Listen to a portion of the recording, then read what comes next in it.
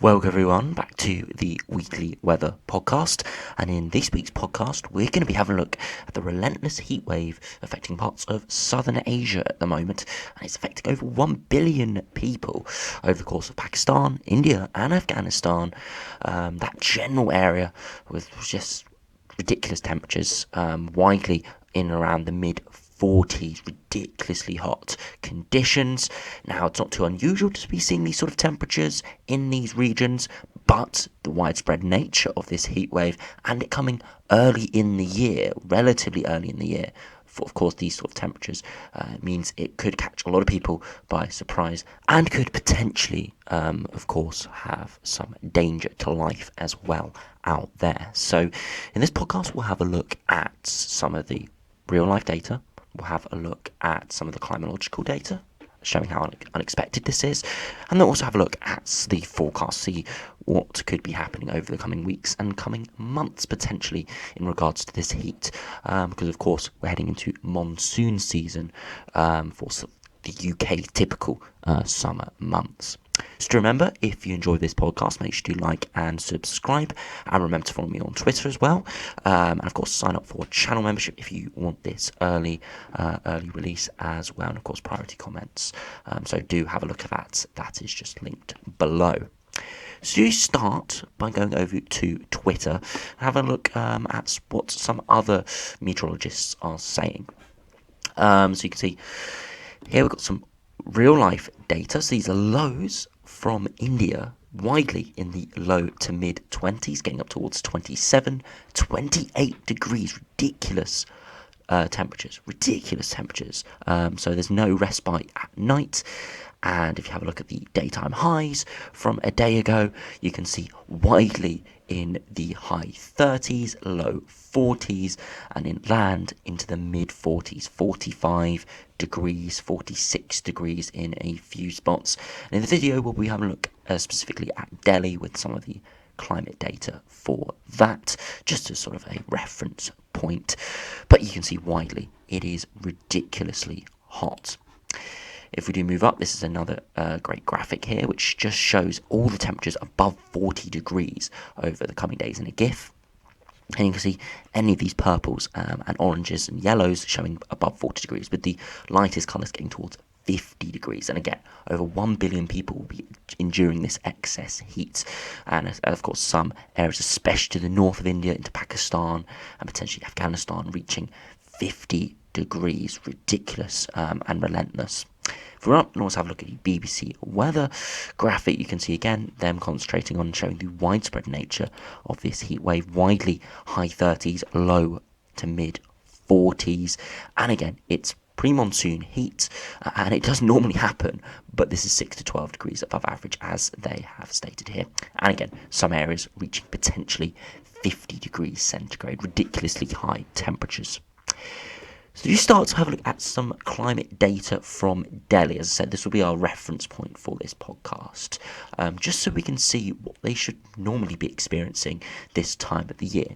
So we're end of April, start of May, and if we do have a look here on the average high, you can see for April, the average high should be 36 degrees.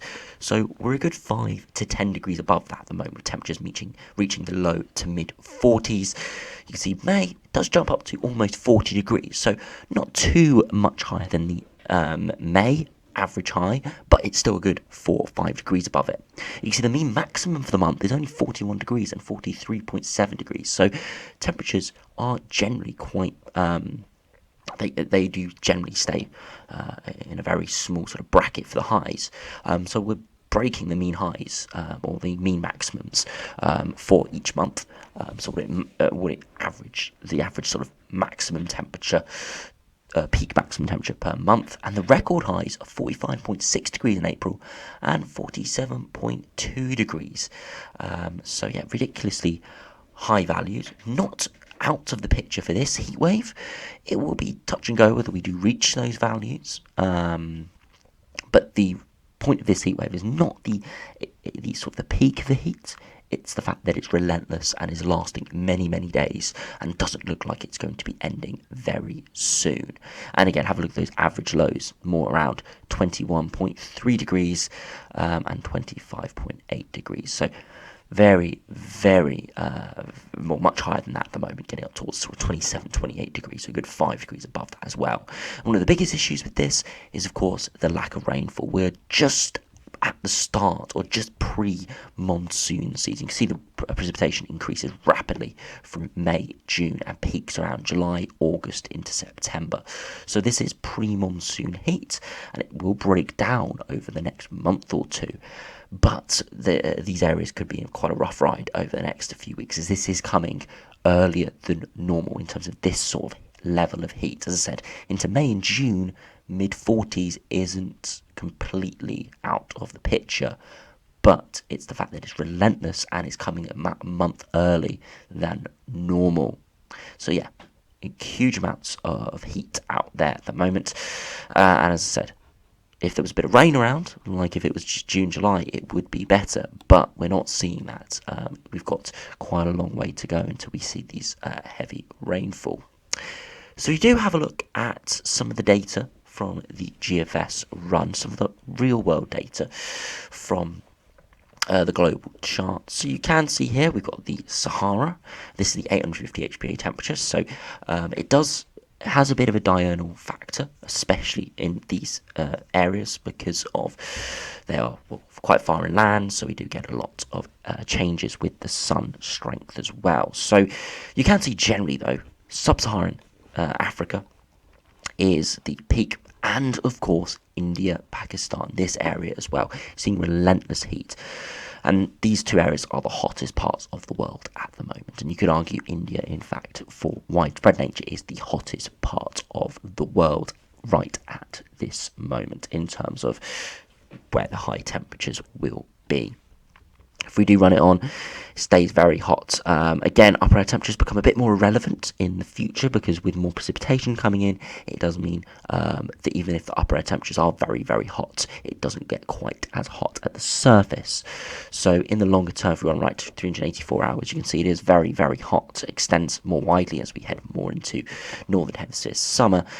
So if we do have a look at the 2 meter temperature, you can see very, very hot. You can see these dark reds. Now, of course, this is 6 a.m. today, so or this was issued 6 a.m. today, so it is more in the day in India than it is in Africa. So do run it on a bit. You can see Africa does heat up significantly, but you can just see this relentless core of reds through India, Pakistan, and Afghanistan. Real hot conditions, and it just continues over the coming days, cooling down each evening for real heat builds once again, getting into the high 30s, low to mid 40s. Now, if we do zoom in onto southern Africa, you can see India here just to the top left of the screen. Ridiculous heat just building consistently every single day, and it's just solid reds coast to coast. That is the ridiculous nature of this. And if we do run out to 384 hours, you can see there is still that heat there, but it's not coast to coast. There are areas with cooler temperatures, and it's not just everywhere. Yes, peak temperatures inland are still very hot, getting up to the low 40s, but as we saw by the climatological data for Delhi, which is to the north of the country, it isn't too unusual to be seeing those sort of temperatures, but it's the widespread nature, as I said, and the relentless nature of it. And of course, with this, most likely there'll be a precipitation cloud which is cooling down these conditions. One thing we need to have a look at why this is occurring is because if we do zoom out to the global look, if we have a look at the pressure charts, you can see generally higher pressure to dominate in the middle latitudes. Now, of course, we do get low pressure mixing in, but generally it's around average or around mean to higher. And of course, over the poles, it's generally lower pressure. And if you can see India, it's quite hard to make out, but it's just where I've got my mouse over on the right side of the screen. We're generally under higher pressure, but it's very difficult to follow the isobars. It's very mixed up. So we do zoom into southern Asia, and we put on the streamlines. So this is showing the wind speeds and how quickly air is travelling at 850 HPA. Now, if we do have a look at the levels here, you can see anything sort of blue and purple is very slow moving air. anything towards greens, yellows, and into reds is very quick moving air. So you expect with like a typical autumnal storm, we'd be in the yellows, oranges, and reds, and where we've got a quick jet stream as well. But you can see towards India, very, very slow moving air patterns, which means that air stagnates, heats up with the strong sunshine, and we just get real hot temperatures building and staying this hot. And if we do just run through, if we actually put it into the 24-hour outlook so we can run through it a bit quicker, you can see very little airflow. Yes, a little bit of airflow here and there, perhaps towards the start of next week, and we'll see with the ensembles in a minute, there is a slight cool down potentially next week, but that air just does stagnate once again. You can see those purples all move back in. You can see some storms potentially, maybe some cyclones or typhoons developing down in the Indian Ocean. And beyond that, towards day 10 and beyond, we do start to see more mixing of air, and that's why we're seeing a cool down right at the end of the run from this GFS with those air temperatures. You can see much more of these greens influencing parts of India, especially the southern half, and right towards the end, you can see a lot of, there's very little of these blues and purples, so much more mixing of air. And although the upper air temperatures are still much hotter, it means the air towards the surface doesn't stagnate as much, so it does cool those temperatures down by a few degrees. It's not, of course, crazy differences, but it means instead of being mid-40s, it's around 40 degrees or high 30s, which is near the climatological average. So if we do have a look at the ensembles, now if we do start, just have a look at the 6 o'clock run just over the next couple of weeks, you can see the red line is the 1981 to 2010 mean, and above that you can see pretty much every ensemble is well above average, at least over the next 4 days, definitively with the upper air temperatures a good 5 degrees above average. As I said, dipping more towards average to the start of next week, more towards 1 or 2 degrees above average, as we do see that mixing of air that we just saw before it does return well above average towards the middle of May. Now of course there is a scatter, some going even hotter, some even go very cool indeed, but generally most are around and well above average. And if we do pick on the 2 meter temperatures, again you can see over the next 3 or 4 days widely mid 40s for Delhi. Yes, reducing early next week towards around 40, 41 degrees with more mixing of air, before it does look like those temperatures will increase once again. So it's this relentless nature of this heat wave. And if we do look at the wind speeds, you can see very low wind speeds. Again, very little mixing of air. Of course, next week, mixing of air is higher up in the atmosphere, so we're not seeing that towards the surface. So we'll just cool those temperatures down by a couple degrees, but nothing too crazy. Now if we do have a look at the extended forecast, we'll look at the 850 HPA temperatures. You can see generally in the extended forecast, it looks like we're going to be well above average to in and around the middle of May. Come the middle to last third of May on the extended range, we return to average. And you can see right in the longer term, that white ensemble line overlaps more with the red line. You can see the red line does generally trend upwards towards the high 20s, so these higher temperatures are not too unexpected towards the end of May, right before they break down for the monsoon season. But it's the fact that it's happening a month earlier. We're seeing these temperatures which would be around or above average for the end of May in the end of April. So it's not just a week or two or a couple weeks of relentless heat. We could be seeing relentless heat for a month or two, with it starting end of April. Real hot conditions. And as I said, does look like it's going to continue indefinitely. If we have a look at the 2 meter temperatures, again looking like low to high 40s over the next few weeks. And you see the longer term, when it meant to heat up with those upper air temperatures, it is still in around the low 40s, where it probably should be for that time of year. But it's the fact that it's this hot a month earlier than normal. And of course there is that dip potentially early next week that does look promising, but it's short-lived as it returns well above as we see the air stagnate once again. Last thing we need to have a look at is if we do have a look at the 850 HPA, or we look at the 2 meter temperature and precipitation.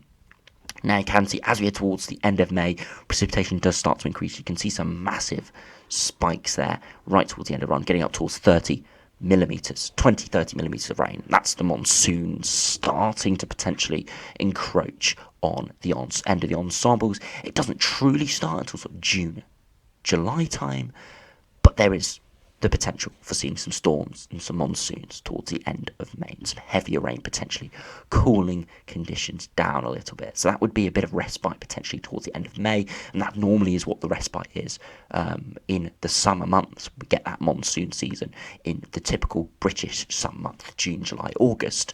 And that's why generally temperatures are the highest in May, end of May, early June. But we're seeing, as I said, a month early. So potentially precipitation coming in around a month's time, or significant precipitation coming in around a month's time, which will cool things down. But for the next few weeks, there is very minimal precipitation, a few showers maybe here or there. And of course, with Delhi being quite far inland, very unlikely to be seeing any, it's very difficult to get that much moisture inland without the sort of major monsoons. And you can see, it is going to be very interesting to see what happens over the coming weeks. Again, it could be quite dangerous, these sort of conditions. Again, there is a lot of poverty, unfortunately, in that part of the world, and when we see relentless temperatures like this, it can tip those scales and, unfortunately, could have some devastating effects. And, of course, as I said, this is affecting over 1 billion people with very highly populated areas, and, of course, with its relentless nature, not only it might not cause significant issues right now, but in a few weeks' time, when resources are scarce, when people are just getting absolutely exhausted from this relentless heat, relentless 5 degrees above average, that's when we could start to see the issues. So we're going to have to keep tabs with this. It'll be interesting to see if this does make world news. Now, of course, in sort of the meteorological circles, it's already making news, but it'd be interesting to see whether we do see this on any of the major news channels, or any major newspapers pick up on this, because although it's not affecting the UK or Western worlds directly, of course, this significant heat wave in Southern Asia affecting 1 billion people is, of course, going to have some devastating effects on those people on their everyday level. But also, if we start seeing significant effects on their daily lives, that's going to have effects on supply chains and stuff like that, where products are coming out of these parts of the world. So there could be some quite big knock-on effects from this if this does stay as relentless as it's looking like at the moment, and does have some quite severe impacts. So we'll have to keep an eye on this over the coming weeks. I do pray, of course, that these temperatures are not as bad as forecasted and people do cope, but just seeing how it's looking like 3 to 5 degrees above average for weeks on end, it's not looking good, unfortunately. So all my prayers are out for anyone who is out towards the Middle East, out towards Southern Asia, India, Pakistan, Afghanistan, and these areas, and hopefully this sort of relentless above average temperatures, this heat wave, doesn't get too bad. But anyway, thanks for listening to the podcast. I hope you've enjoyed. I hope it's been informative, showing weather from around the world. Next week, we're probably going to be having a look at what is happening more towards the UK in terms of dry conditions for the UK. It's been very dry recently, and we're going to be having a look at why that's been occurring, because of course April ending now, so we'll be able to get April's data in from the Met Office over the next few days. So we'll have a look at that in next week's podcast, why it's been very dry recently, why we've seen a lot of up and down temperatures, and of course we normally relate dry weather with really warm weather, but we haven't seen a lot of very, very warm weather. We've seen decent weather, low 20s, but it's been not particularly hot or warm for how dry it has been over the last sort of few weeks. As I know many people would have expected, with a lot of drier weather, us to be seeing sort of mid-20s maybe by the end of April, but we haven't seen anything like that. So have a look at that in next week's podcast. So as I said, anyway, thanks for watching. Hope you enjoyed. Subscribe if you're new, and I'll see you again for another video or podcast very soon.